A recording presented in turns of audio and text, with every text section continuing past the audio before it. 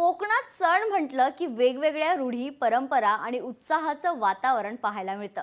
गणेशोत्सवानंतर कोकणातील सर्वात मोठा सण म्हणजे शिमगोत्सव. शिमगोत्सवात सिंधुदुर्गात वेगवेगळ्या रूढी, परंपरा पाहायला मिळतात. अशीच एक आगळीवेगळी पूर्वापार चालत आलेली परंपरा म्हणजे सावंतवाडी तालुक्यातील सांगेली गावचा गिरुबोत्सव. सांगेली गावकरी फणसाच्या झाडाला देव मानतात. होळीला हे झाड तोडून विशिष्ट गोलाकार आकार देऊन त्याची मिरवणूक काढली जाते.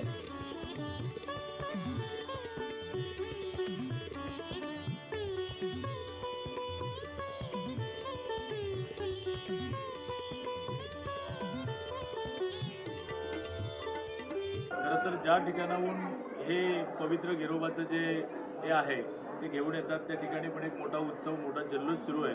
त्या ठिकाणी सुद्धा भेट दिली आणि आज मंदिरात येऊन नमस्कार केला, नतमस्तक झालो. ही एक अनोखी प्रथा संपूर्ण कोकणामध्ये किंवा महाराष्ट्रामध्ये ओळखली जाते आणि यामुळे संपूर्ण गाव एकत्र असा बांधलेला आहे. आजूबाजूच्या सगळ्या गावकरी जे असतील ते श्रद्धेने या ठिकाणी येतात. लोकशाही मराठी ऐका, पहा, जागरूक रहा.